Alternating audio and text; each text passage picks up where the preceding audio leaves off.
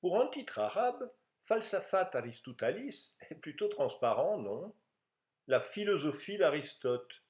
Oui, c'est le thème du jour. Comment les Arabes se sont appropriés l'œuvre d'Aristote? Comment ils l'ont prolongée, transformée, développée? Et puis aussi, comment se sont déclinés dans le monde musulman les rapports toujours difficiles entre philosophie et religion? Le plus grand historien arabe, Ibn Khaldun, connaissait la logique, même s'il était assez critique à son égard. Ce que les Occidentaux ont appelé organon, c'est-à-dire l'outil, les Arabes l'appelaient Kitab al-Fas, le livre du joyau. D'après Ibn Khaldun, il se compose de 9 parties, dont 4 ont pour sujet la forme, ou théorie, et 5 la matière, ou application, du syllogisme. On les traduisit en arabe quand l'islam était déjà établi, et les philosophes musulmans entreprirent d'en faire des commentaires et des abrégés. C'est ce que firent Al-Farabi, Ibn Sina et plus tard Ibn Rushd, philosophe espagnol. Le Kitab al-Shifa d'Ibn Sina renferme l'exposition complète des 7 sciences philosophiques. Kitab al-Shifa signifie livre de la guérison, ce qui est plutôt trompeur, parce que nous avons l'habitude d'associer Ibn Sina à un autre de ses titres majeurs, le canon de la médecine. Ici, il ne s'agit pas du tout de médecine, mais d'une sorte d'encyclopédie des 7 sciences philosophiques, comme le dit Ibn Khaldun. Que sont ces 7 sciences philosophiques? La logique, en premier lieu, puis les 4 voies du quadrivium mathématique: arithmétique, géométrie, astronomie, musique. Enfin, la physique, qui s'occupe des corps d'ici-bas, et la métaphysique, pour tout ce qui concerne le monde des idées. Seulement, pas tout à fait. La médecine dérive de la physique, les tables et l'astrologie judiciaire dérivent de l'astronomie. De l'arithmétique provient la science du calcul, celle du partage des successions, sans oublier la toute nouvelle algèbre, créée par Al-Khawarizmi. Et encore, nous ne parlons que de science. Ibn Sina a aussi écrit sur la littérature, la poésie, la grammaire, les langues et bien d'autres choses encore. C'est l'occasion de vous faire remarquer une fois de plus qu'en nous limitant à la logique, nous nous agrippons à un tout petit bout de lorgnette. Voici les statuts des 3 savants dont parle Ibn Khaldun. Vous voyez leurs dates et leurs noms latinisés, gage de leur célébrité en Occident. Al-Farabi et Ibn Sina venaient de l'extrême est de l'Empire arabe. Ibn Rushd est né à Cordoue, quelques milliers de kilomètres plus à l'ouest. Tous les 3 étaient des esprits universels. Ils ont exercé la médecine auprès des dirigeants qui les employaient, et ils s'intéressaient à l'ensemble de la connaissance de leur temps.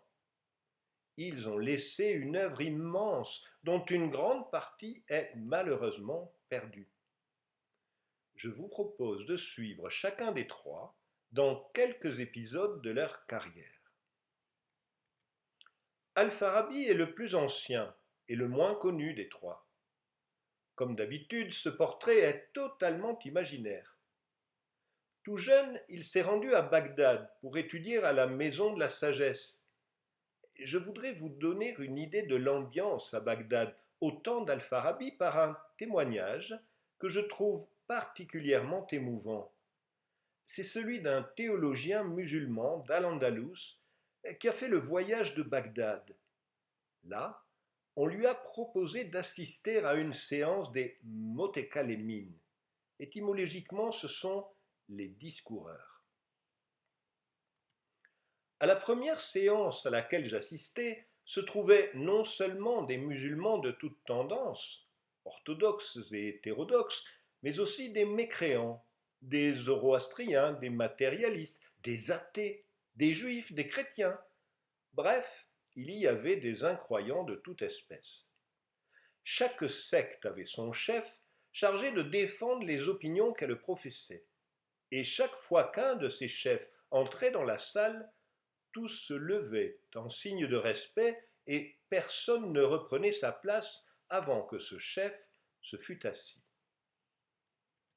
La salle fut bientôt comble, et lorsqu'on se vit au complet, un des incroyants prit la parole.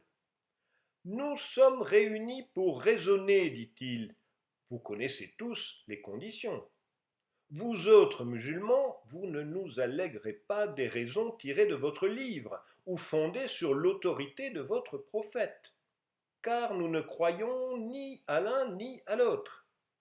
Chacun doit se borner à des arguments tirés de la raison. Tous applaudirent à ces paroles. Vous comprenez, ajoute l'Espagnol, qu'après avoir entendu de telles choses, je ne retournai plus dans cette assemblée. On me proposa d'en visiter une autre, mais c'était le même scandale. L'Espagnol n'était certainement pas le seul à être scandalisé.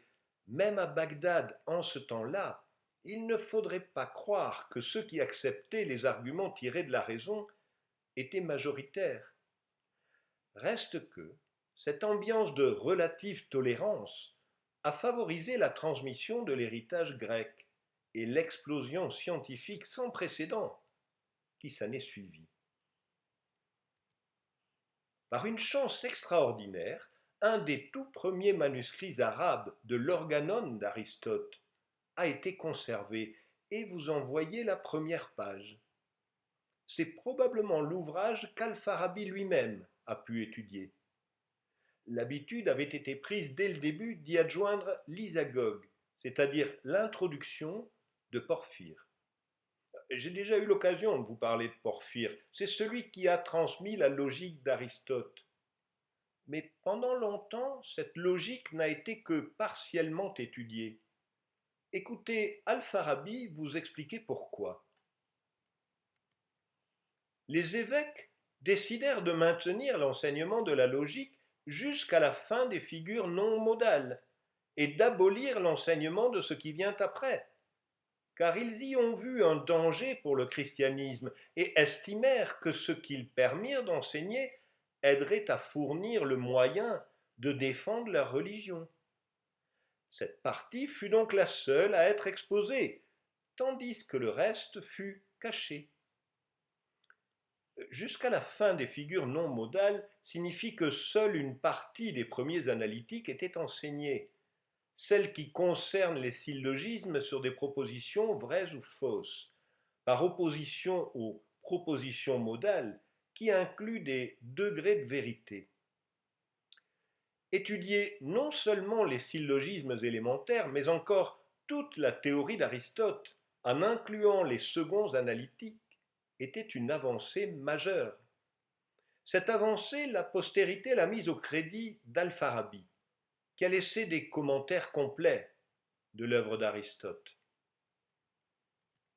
On ignore quand Al-Farabi est passé du service des Abbassides de Bagdad à celui des Hamdanides, qui avaient établi un émirat chiite correspondant en gros au territoire de la Syrie actuelle. La fin de sa carrière s'est déroulée sous le règne de Saïf al-Dawla.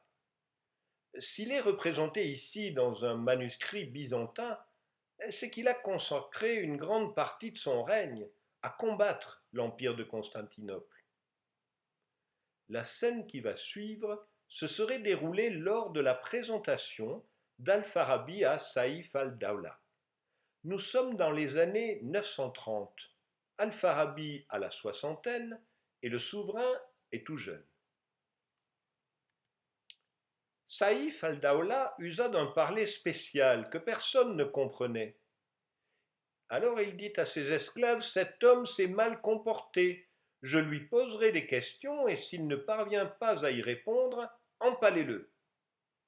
Et Al-Farabi de répondre en cette même langue, Prince, patience, il faut juger les choses d'après leurs conséquences. Saïf ad-Dawla fut étonné et lui dit, connais-tu bien cette langue? Al-Farabi répondit, ah oui, je connais bien plus de 70 langues. Alors Al-Farabi s'entretint avec les savants qui étaient présents, parlant de toute science. Son ascendant sur eux fut si grand que tous se turent et lui seul parlait, tandis qu'eux prenaient note de ce qu'il disait. En plus de connaître un nombre incalculable de langues, Al-Farabi avait encore d'autres cordes à son arc, ou plutôt à son luth. Al-Farabi tira alors d'un sac qu'il portait à sa ceinture des cordes qu'il composa ensemble, y joua, et alors tous les assistants riaient.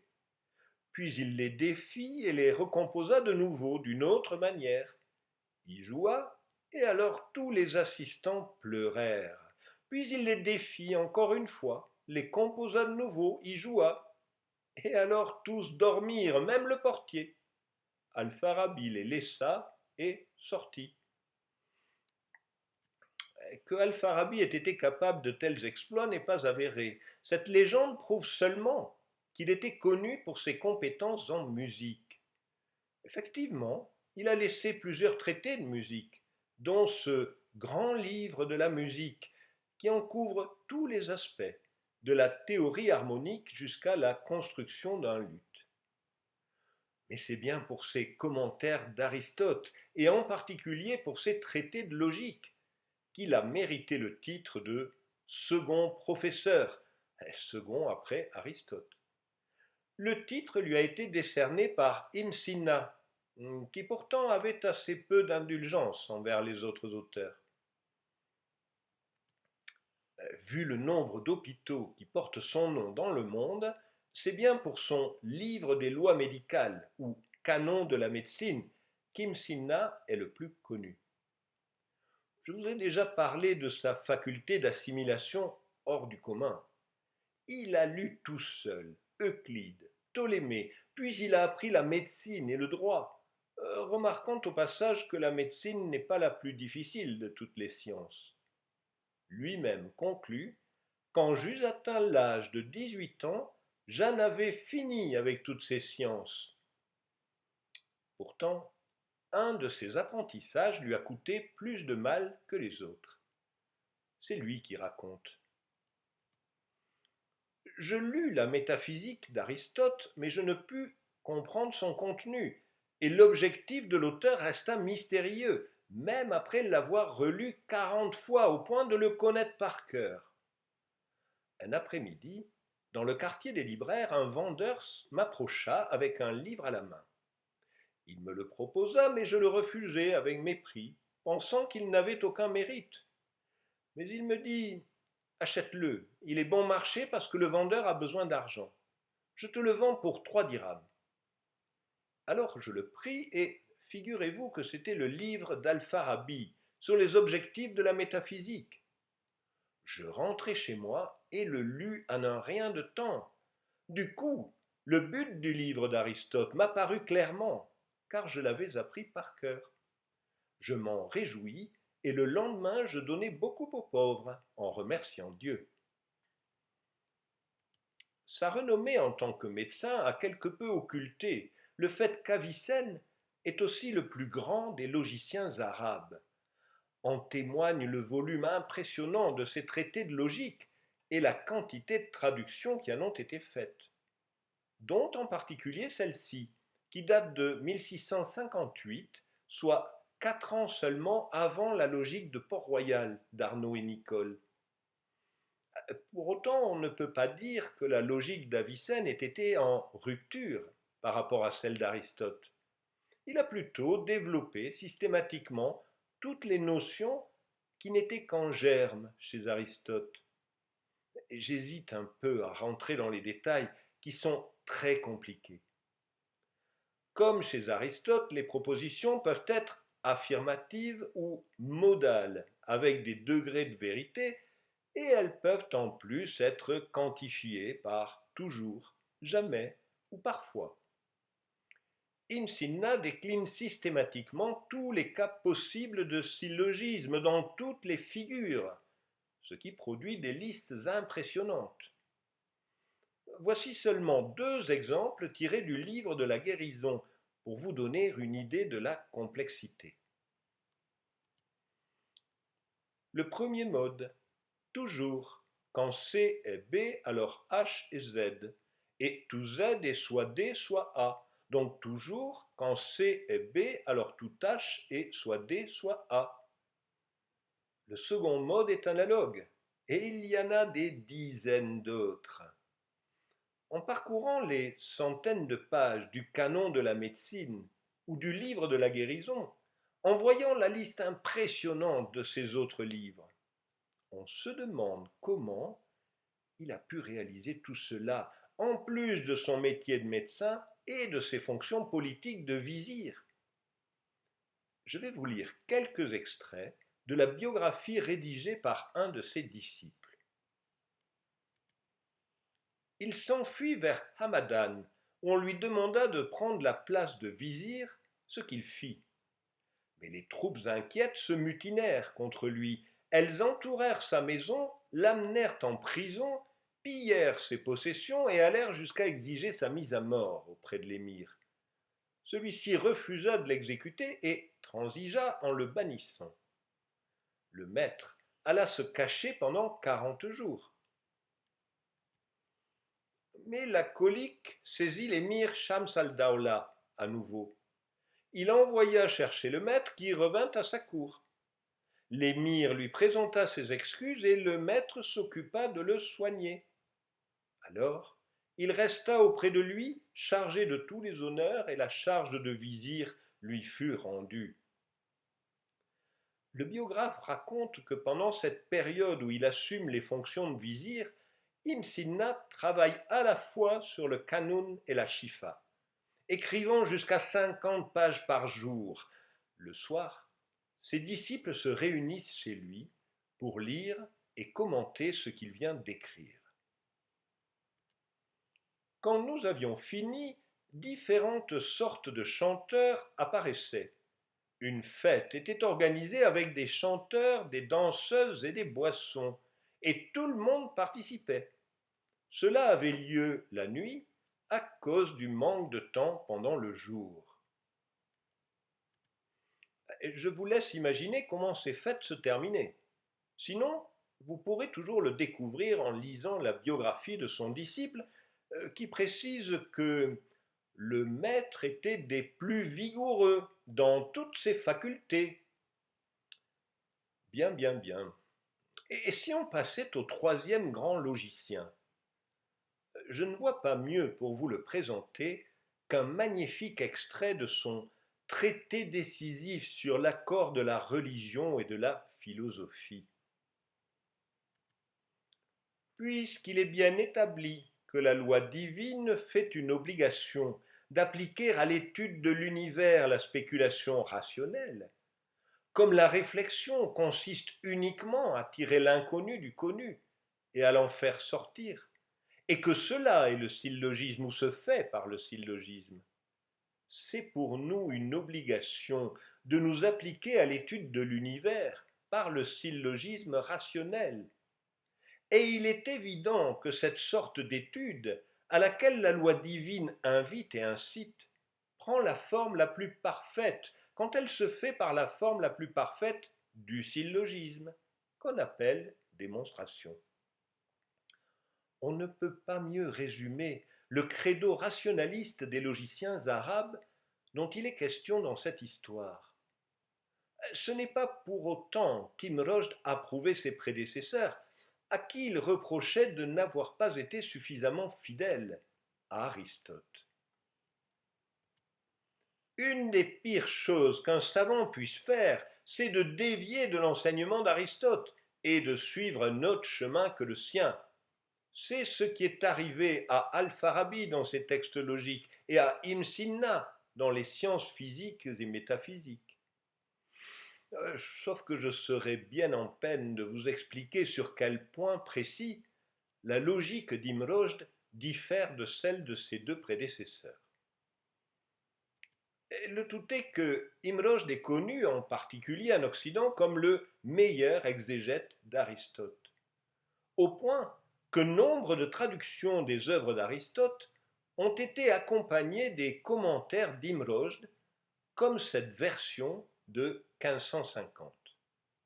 C'est exactement la mission qui lui avait été confiée par son sultan, Yusuf ibn Yaqub. Un jour, Ibn Tufail me fit appeler et me dit: J'ai entendu aujourd'hui l'émir des croyants se plaindre de l'obscurité d'Aristote et de ses traductions. Plût à Dieu, disait-il, qui se rencontra quelqu'un qui voulut commenter ces livres et en expliquer clairement le sens pour les rendre accessibles aux hommes. Tu as en abondance tout ce qu'il faut pour un tel travail. Entreprends-le. Connaissant ta haute intelligence, ta pénétrante lucidité et ta forte application à l'étude, j'espère que tu y suffiras. Cela se passait sous une dynastie d'origine berbère, qui régnait sur le Maghreb actuel et le sud de l'Espagne. Imrojd était né à Cordoue, mais il s'est souvent rendu à la cour des sultans almohades à Marrakech. Les rapports avec Al-Moumin et son fils Yacoub Youssouf, dont il est question dans la citation précédente, étaient on ne peut plus cordiaux. Les deux étaient férus de philosophie et de fins connaisseurs de l'œuvre d'Aristote. Les rapports d'Imrojd avec le petit-fils Youssouf al-Mansour ont été plus compliqués. Ce sobriquet d'Al-Mansour, le victorieux, le sultan l'a gagné à la bataille d'Alarcos. C'est la dernière grande victoire musulmane sur les chrétiens au cours de la Reconquista. En vue de cette bataille, le sultan devait lever des troupes nombreuses et motivées. Et pour cela, il avait absolument besoin de la propagande des imams. Or, le camp des intégristes religieux voyait les philosophes, Imrojd en tête, d'un très mauvais œil. Imrojd, sa famille et ses disciples ont eu un réel poids politique dans la région. Lui-même a été nommé cadi à Séville, puis dans sa ville natale, Cordoue, où son père et son grand-père avaient déjà exercé les mêmes fonctions. Le cadi est une sorte de juge de paix, investi d'une importante autorité morale et religieuse. Imrojd a mis loyalement cette autorité au service du sultan. Dans un premier temps, celui-ci le protège des intégristes, en l'honorant publiquement. Mais après la bataille d'Alarcos, il se voit obligé de leur donner des gages, et Imrojd, malgré son âge, son prestige et ses fonctions, va en faire les frais. Cela conduit à un épisode assez pénible. Il se déroule dans la grande mosquée de Cordoue, lieu emblématique du pouvoir politique et religieux. Un procès y est organisé. Les accusateurs ont trouvé dans les milliers de pages écrites par Imrojd une phrase qui, isolée de son contexte, signifiait que Vénus était une divinité. Cela suffisait pour une accusation d'hérésie. Imrojd subit les humiliations dont sont passibles les égarés, selon la formulation de l'époque. Il doit se tenir debout pendant que chacun passe devant lui en le maudissant et en lui crachant au visage. Pour faire bonne mesure, tous ces livres de philosophie sont condamnés au bûcher. L'historiographie occidentale a voulu que l'autodafé des livres d'Imrojd explique qu'il soit inconnu en terre d'islam, tandis que grâce aux copies envoyées par ses disciples, sa pensée s'est répandue en Occident. C'est le point de vue du magnifique film de Youssef Chahine, Le Destin, qui fait d'Imrojd un martyr du rationalisme. La réalité est plus nuancée. À l'issue de l'humiliation publique à la grande mosquée, Imrojd a été assigné à résidence hors de Cordoue, tandis que ses disciples ont dû se cacher. Mais la disgrâce n'a duré que quelques mois. Rentré à Marrakech, le sultan décide de réhabiliter les philosophes. Surtout, les autodafés de livres, auxquels un maximum d'éclat et de publicité a été donné, ont eu un effet plus symbolique que réel. Le sultan avait autorisé en sous-main que des copies soient conservées en lieu sûr, chez un certain Imzour, à condition que cela ne se sache pas. Un notable de Séville ayant fait parvenir une protestation, Al-Mansour fit jeter le dénonciateur en prison et déclara: Par Dieu, quand bien même tous les habitants d'Al-Andalouse viendraient devant moi pour témoigner contre Imzour, je n'accepterai pas leur dire, étant donné ce que je sais de la solidité tant de ses convictions religieuses que de son intelligence. Vous savez ce qui me ferait plaisir, là, maintenant? Que vous alliez écouter le procès de Galilée. Je vous jure qu'il y a des parallèles qui font froid dans le dos. Quoique, s'agissant de Bûcher, cela reste une façon de parler.